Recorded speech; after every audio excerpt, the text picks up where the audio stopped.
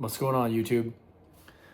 Today I wanted to talk a little bit about my experience driving through Malibu Canyon, or the back end of Malibu Canyon at least, and some of the things that I saw and how bad it was, how truly devastating this is going to be for a lot of people.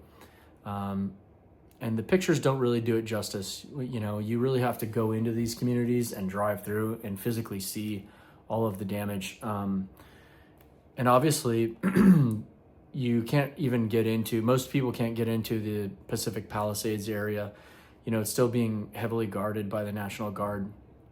There's still crackheads going in at nighttime trying to raid the place, you know, slipping through the mountains and the canyons and stuff like that. And they are, because a lot of these kids probably had, you know, jewelry, they had, you know, gold bars, there's valuables out there, there's Rolex watches and stuff like that, which is, you know, or Patek, whatever, you know, just very valuable items that, you know, fire might not have damaged. So, and there's thieves going in there at nighttime, but it is what it is, man. Welcome to Los Angeles, right? So anyways, driving through Malibu Canyon, you can go through Las Virgenes. It's open to the public, and you can go down the PCH. There's also a couple of canyons you can go through off of Mulholland through the back end that people might not necessarily know about. And it is completely wiped out. Basically from, it's honestly like, it's basically Las Virgenes south to Pacific Palisades. For the most part, is completely wiped out. You know, there's obviously some homes that are standing here and there and whatnot, but it is completely and totally just wiped out. And it's so sad. It really is. It's so sad because the articles and watching YouTube and reading about it, and it really doesn't do it justice, seeing these videos until you actually go there and you smell, you know, you smell it, you see it. Just every single house is just gone, completely gone. And many of these houses that are not there, you know, they were under construction, you know, because COVID happened and home prices went through the roof. And a lot of these kids and people and families pulled equity out from their home, and they started to remodel their home. You know, they wanted to put a new floors and an addition and a this and a that, and they're just, all of that work is one instance. There's actually a couple of instances on Pacific Coast Highway in particular that I have been dropping off material there for probably a couple of years, all different types, like lumber, rebar, plywood, pallets of concrete, for probably 3 years. You know, they were building a really big house on Pacific Coast Highway. And what's so sad is they had just been finished. They just finished that job, you know, and I would always talk to the contractor and some of the investors that were there and what they were doing. That it took them nearly 7 years to get that home, between the dealing with the city, dealing with the insurance companies, dealing with the permitting process, paying the taxes, dealing with the regulations, and getting all the licenses and paying all the fees, and dealing with the Coastal Commission because you're literally on the beach, right? The guy told me it took nearly 7 years to get everything done, and they were just about done. And that house is gone. It's gone, completely gone. And every house following it is gone, except for Grant Cardone's. Somehow his house is still standing. I don't know. But anyways, that's not a traditional mortgage, right? Like, these are investors, and they're out so much money. They 7 years down the drain, you know. These are investments that are paid for by multimillionaires with cash, and they're out. They are completely out. It's so sad. But not everyone is in that situation, right? Not everyone has cash. Like, a lot of these people have mortgages on their homes that aren't there anymore. And I haven't been in Pacific Palisades yet and seen what that community is like and how devastating it really is. But apparently, altogether, there's about 15,000 structures that got damaged all throughout Los Angeles, right? So let's just say roughly 7,000 of those structures, homes, were in Pacific Palisades. Like, how many houses can you fit on a block? 1 square block, right? Like 10 houses to the left, 10 houses across the street. There's 20 houses. Like, how many houses can you fit? And we're talking about thousands and thousands of tens of thousands of houses just completely gone, right? And I've heard, I don't know if this is true, there's really no way to prove it, but I've heard that nearly 70% of these homeowners are underinsured, whatever that means, right? Whatever underinsured means, that could mean many things, but it doesn't mean anything good. That's for sure. It doesn't mean, when you're underinsured, that doesn't imply anything good. So I think that this is going to be very catastrophic to that community. And in 30 years from now, it'll be like it never happened. But it's going to take a very long time. There's not even a grocery store. There's not even a grocery store to get food. And there's no gas. There's no, like, how far do you have to drive to get food from, like, thousands and thousands and thousands of homes, multi-million-dollar homes, by the way, just gone. And it's not just the houses that people are losing on. Yeah, they have mortgage insurance, but what does that mean? And does that just, that covers the cost of the mortgage, or that covers the cost to rebuild the home, right? That type of insurance for the people who were underinsured, they still have to live somewhere, and they still have a mortgage payment. They have to make a payment on a house that's not there, and they have a car payment if it didn't go up in smoke, and they have student loan payments, and they have business loans, and some of their businesses, they were operating out of their garage, and and some of these people, they have to live somewhere, so they're gonna have to pay rent at a house or an apartment. And yes, in a lot of homeowners insurance policies, there are I think it's called ALE. I forget what it stands for, but it's like additional living expenses, I think is what it stands for. But how long does that last, right? Like, in their policy, most of these people have the bare minimum policies because they're very expensive. And so let's say the insurance policy that you have is not very good. It's kind of just covers the bare minimum, and your additional living expenses are covered up to a certain expense, like a percentage. So like, the insurance companies will cover half of your expenses, but for how long, right? Like, if you have a full umbrella that lasts for 10 years, then you're all good. But most of these people don't, they were probably just struggling to get by. So, let's say that the insurance company will cover your mortgage payment, and then they'll cover the cost of, renting an apartment for 12 to 18 months. Your house isn't going to be built for 7 years probably, or longer. So you're going to have to once the insurance policy or the ALE, runs out, you're on the hook for that. You got to start making the mortgage payment again on the house that's not there. You got to put your wife or your girlfriend or your kid or whatever in a house somewhere, or rent an apartment. So you got a mortgage on a house that's not there. You got to rent an apartment. You got a truck payment. You got a company you got to run. You got a business loan. You got a school loan. You got the Rolex watch that your dad gave to you before he passed away, that's gone. The Babe Ruth baseball, like, that's gone. The painting that your mom, like, all of it's gone. This is going to bankrupt people.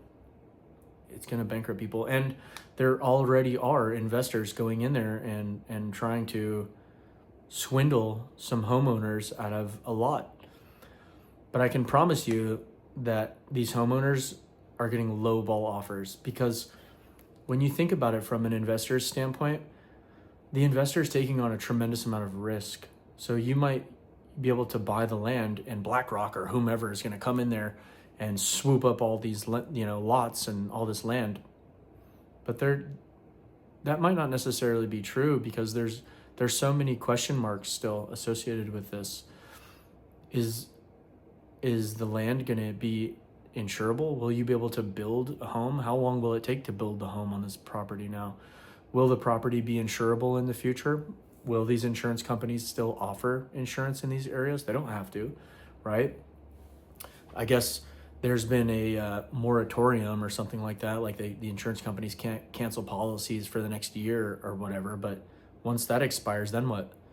You can't force a company to do business within a specific area, especially if it's not profitable, right? And that's why companies like State Farm left these areas, because they're susceptible to wildfire, and you can't raise premiums the way that you should be able to raise premium. If the home since 2020 up until now basically doubled in price, if you had a $4 million home and now it's worth 7 or 8, do you think it's fair that Gavin Newsom says insurance companies can only raise their rates by 3%? Like, the numbers don't work. That doesn't make sense. The value of the home basically doubled, but I can only raise my insurance premium 3%. We got to pull the plug on this. Let's get out of here. And that's what they did. And that's what they're going to continue to do. So I don't think the ability to purchase insurance in these areas is going to be very good in the future. It could and who knows how, what this is going to do to the insurance companies themselves. Some of them might go bankrupt because these are multi-million-dollar properties on tens of thousands of them, So I haven't really gone into these communities just yet because they're still being restricted, and heavily guarded by the National Guard. So, and I don't really want to go in there either. I don't want to really see. I want to see. I'm curious, but I also know that this is someone's life. Like, everything in life that you worked for is just gone completely, And I don't care what anyone says. Like, this is going to bankrupt a lot of people because they were underinsured, whatever that means. The insurance company will cover the cost of the mortgage, and that's it. But there's so many factors that you and I don't necessarily know about. But I can tell you for a fact, there's going to be people who are underwater, who owe more on a property than what it's worth, and what will the insurance companies cover? I don't know. You and I don't know, but I can tell you they're going to do everything they can to lowball it. It's in their best interest. They have to. They're not going to pay out the full amount like you think. And if you have a problem with that, see you in court. We'll delay the payout for a decade, which is what's going to happen. It's probably already happening. I'm sure the fire department's going to get sued. The city's going to get sued. The state's being sued. The insurance companies are going to be sued. Everyone's going to be sued. And this is going to delay the process of rebuilding by at least a decade, because the insurance companies have so much money. They have legal insurance. They're going to bury you. They're literally just going to bury you in legal fees. So, or you're just going to get screwed. They're hoping that you die so they don't have to pay out. They don't care about you or your family. And I know this to be true because I've seen it. I've seen it in other places. I've seen it firsthand. There are homes, I shouldn't say homes. There are lots all throughout Ventura, basically from Ventura, California, up until basically Santa Barbara during the Thomas fire or the Thompson fire. I forget what the name was, but some of those houses still aren't built. And they're not built because either the people went bankrupt because they were underinsured, or they didn't have any insurance, or they ended up suing the insurance company because the insurance company tried to screw them over and lowball it. And now they're going to be caught up in the court system for at least a decade or longer. Then they're going to go to trial, and then they're going to lose in trial, and then they're going to appeal, and then they're going to go and do another decade in the Ninth Circuit Court of Appeals.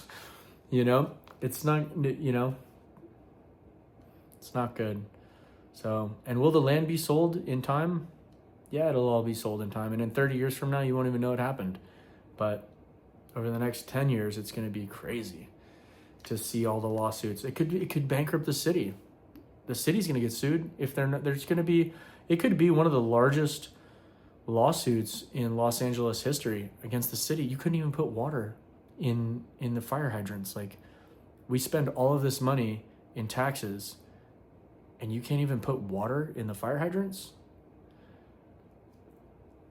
That's gross negligence, right? Like, there's so many wrongful death lawsuits that are coming. And then what does that do now? If there's, a criminal lawsuit that takes place because of gross negligence. Like, how do you rebuild this? And this is like a crime scene now, you know. It's catastrophic, and I still haven't even been able to go in there and see. Like, I'm so curious to see, because I already know what I'm gonna see. So many of these houses that I dropped off rebar and lumber to, you know, they had a tiny little home. They bulldozed it. It took them 5 years to pull the permits and do everything. They bulldozed this tiny little house down, and then they built the Taj Mahal, and they just got finished, and now it's done, wiped out. So, and a lot of them were cash investors. You know, these are multimillionaires. So not all of them. Some of them are running little businesses out of their garages, you know, and they stretched their budget to get into their dream home in Pacific Palisades. And then they're going to have a rude awakening when the insurance company says, we're not paying. So, and that's going to bankrupt a lot of people, and people will just walk away. There's nothing else you can do. I'm not going to continue to make a payment on a house that's not there. No, you're not. You got to put your family in a place to live. They have to have a roof over their head. And these additional living expenses are covered by the insurance company for how long? 12 to 18 months on average. You're going to walk away from the property. You're done. You're going to say, here's the keys, leaving it in the mailbox. It's the bank's problem now. So, and if you don't believe me, I've seen it before. It's going to happen. It's going to happen again, you know. So anyways, we'll see what happens. And the moment I can get into these communities and check it out, I'll go in there and I'll film, and I'll, you know, as messed up as that is, you know, people are interested in it. And it's a local community. It's I don't know, maybe about 20 or 30 minutes away from where I live. So, you know, it's not good. It's a terrible situation, and it's going to be an ongoing terrible situation for the next decade, probably, maybe even longer. Depends on how long they fight this thing in court and who's responsible. Everyone's going to be pointing the fingers at the utility company, the fire department, the police department, the city, Gavin Newsom, this, that. It's going to be crazy. So there's one thing that we can all guarantee: these homes ain't getting built anytime soon. I can promise you that. So this whole neighborhood is going to be just barren for years. And maybe here and there you'll get someone who had full cover, a full umbrella. You know, they had an insurance policy that covers everything, you know. So they didn't have just the bare minimum mortgage insurance, right? And they had fire, they had 10 years of ALE insurance in their policy. They had everything covered: their watches, their paintings. For some people, it'll be the best thing that ever happened to them. For some people, and the amount of insurance fraud that's going to take place is unbelievable. You know, you're going to have, when people, that's another thing, when people might not necessarily understand that this is going to be a great opportunity for contractors and construction workers to exploit, right? You're going to be able to go into these houses when they're completed, and you're going to say, let's paint this house, the interior of this bedroom. You know, to paint the interior of a bedroom is going to cost, I don't know, maybe a couple grand. They're going to charge the insurance companies $35,000 to paint the inside of the room. You know, and just flip a coin, and hopefully they don't say anything, and the insurance companies will pay it, you know. And then maybe a couple of years down the road, they're going to get caught or something like that. There's going to be so much rampant fraud when somebody from the insurance company types in on the computer, wow, why does it cost $30,000 to paint 600 square foot on a bedroom? That's very unusual. Why? I wonder why we're doing that.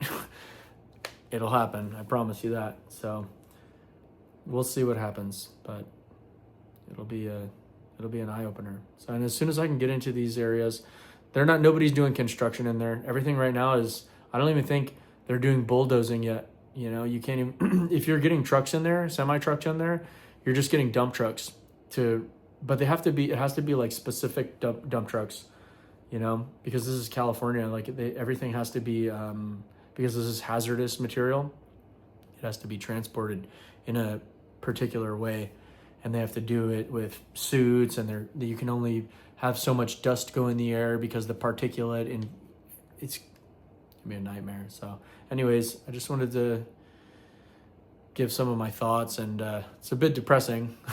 You know, it's not the best podcast or whatever little YouTube video I can make, but it's eye-opening. You know, I haven't been into these communities yet, but driving throughout Malibu and seeing all of the devastation that it did to these houses throughout a very small section of Malibu, I can only imagine what it's going to look like when you drive through Pacific Palisades neighborhood and see 7,000 homes that just got burned to the ground. You know, like what is the collateral damage? Like what will this do to the local economy? Like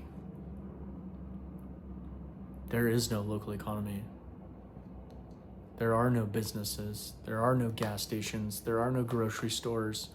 There are no houses. You know, the Corvette that you inherited from your dad, it's not there anymore. The Rolex watch, the Babe Ruth baseball, the bottle of wine, the pictures of your mom before she passed away, like, it's all gone. Everything's gone. So, sad. Super sad. But anyways, till next time, guys.